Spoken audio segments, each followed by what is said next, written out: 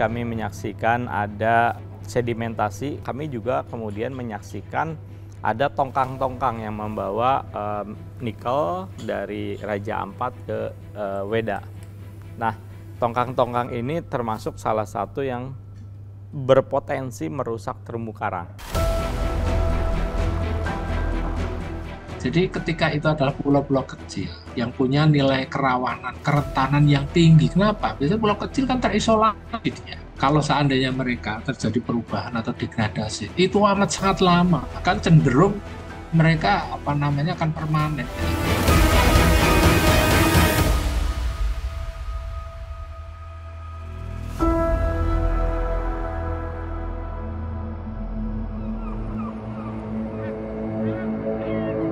Raja Ampat bukan cuma surga buat penyelam, tapi juga jantungnya Coral Triangle.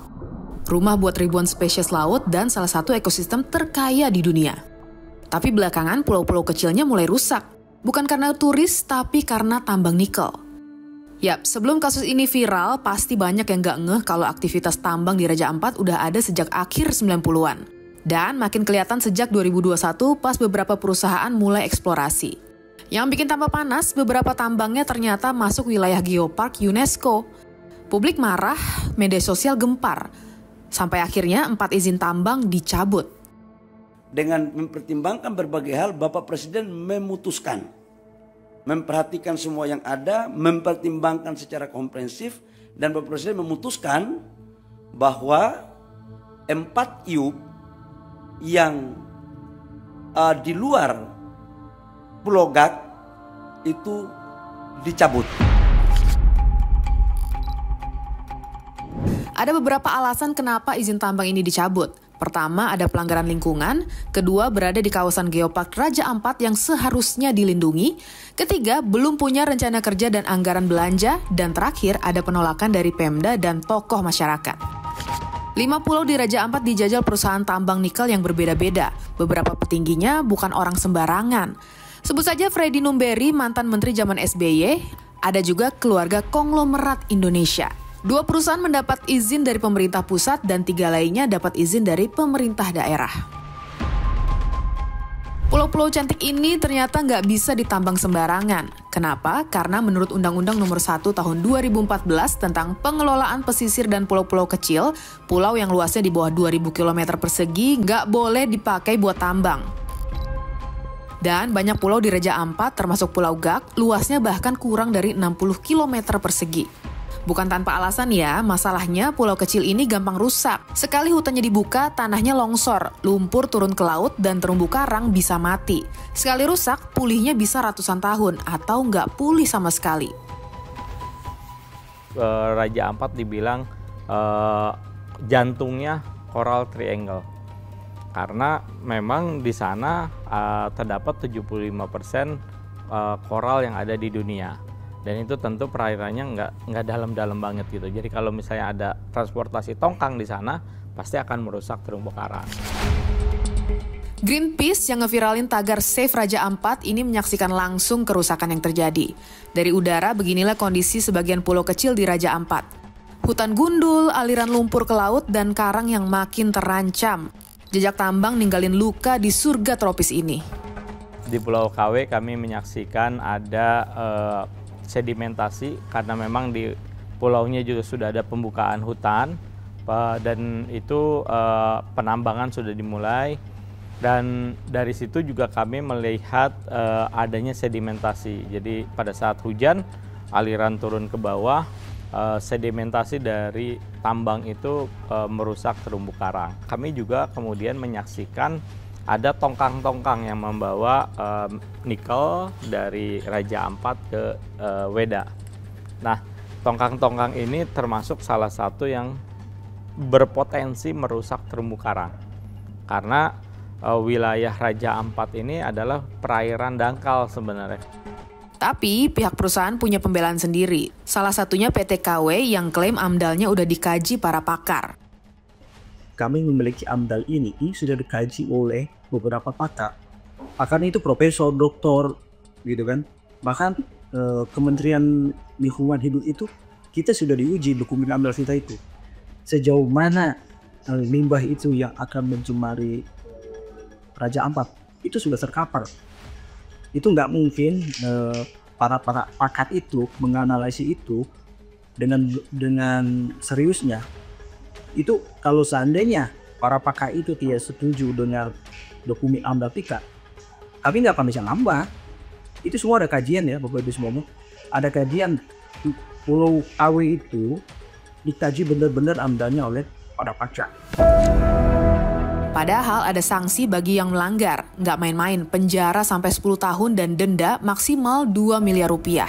Tapi ternyata nggak serta-merta bisa melindungi Raja Ampat. Kalau kita lihat dari Undang-Undang 1 ya tahun 2014. Ya, 2014. Itu kan menggantikan Undang-Undang 27 tahun 2007 ya. Tentang pengelolaan pesisir dan wilayah pulau-pulau kecil itu ya. Betul. Ada larangan untuk menambang di pulau-pulau kecil ya, ada itu memang.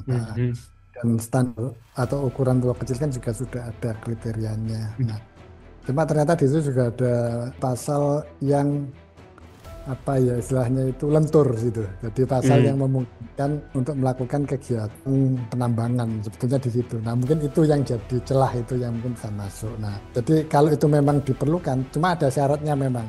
Syaratnya itu memang harus dapat dipastikan ya bahwa kegiatan itu memang tidak berdampak signifikan terhadap lingkungan yang ada di sekitar. Udah tahu pulau kecil, rawan rusak, masuk geopark pula, tapi kenapa tambang tetap jalan? Secara analisis, dua hal ini mungkin bisa jadi alasannya. Nikelnya premium dan lokasinya strategis. Nikel di Raja Ampat ini bukan nikel sembarangan, kandungannya tinggi, jenis saprolit, dan gampang dijual ke luar negeri tanpa perlu smelter canggih, jadi bisa menekan ongkos produksi. Di Pulau Gak, kandungan nikelnya jenis saprolit high grade, artinya kadar nikelnya tinggi lebih dari 1,8%. Gampang diolah, nggak butuh smelter mahal, langsung bisa dijual buat bahan stainless steel. Jumlahnya nggak sebanyak Morowali atau Halmahera, cuma sekitar 40-50 juta ton biji basah. Tapi karena kualitasnya tinggi dan lokasinya dekat smelter Halmahera, tambang di Raja Ampat bisa dianggap cuan kilat. Gak heran, walaupun kecil, pulau-pulau ini tetap dihajar. Lokasi Raja Ampat juga dinilai strategis karena deket banget sama Halmahera. Dari Pulau Gak ke Weda Bay, Halmahera, jaraknya cuma 230 km lewat laut. Di sana udah berdiri smelter raksasa yang siap ngolah nikel kapan aja 24 jam non-stop. Gak kayak tambang di Sulawesi yang harus muter jauh dulu, lewat laut dalam dan ngelewatin jalur padat. Artinya, ongkos lebih murah, cuan lebih cepat. Studi global menunjukkan bahwa penambangan nikel di Indonesia menghasilkan jejak kerusakan lahan 0,7 meter persegi per ton biji. Artinya, kalau Pulau Gak eksploitasi 40 juta ton biji, maka 28 juta meter persegi hutan dan ekosistem sudah tergerus. Ini setara 2.800 hektar. Dampak dari deforestasi, sedimentasi, dan kerusakan karang tak hanya merobek ekosistem, tapi butuh dana fantastis untuk pulihkan. Jumlahnya bisa berkali-kali lipat dari pendapatan tambang. Menurut Ketua ILHI, Prof. Bambang Setiono, tambang di pulau kecil ibarat memaksakan beban berat pada wilayah yang rapuh. Jadi ketika itu adalah pulau-pulau kecil yang punya nilai kerawanan, kerentanan yang tinggi. Kenapa? Biasanya pulau kecil kan terisolasi dia. Ya kan? Daya elastisitasnya bahasanya, keterpulihannya ya.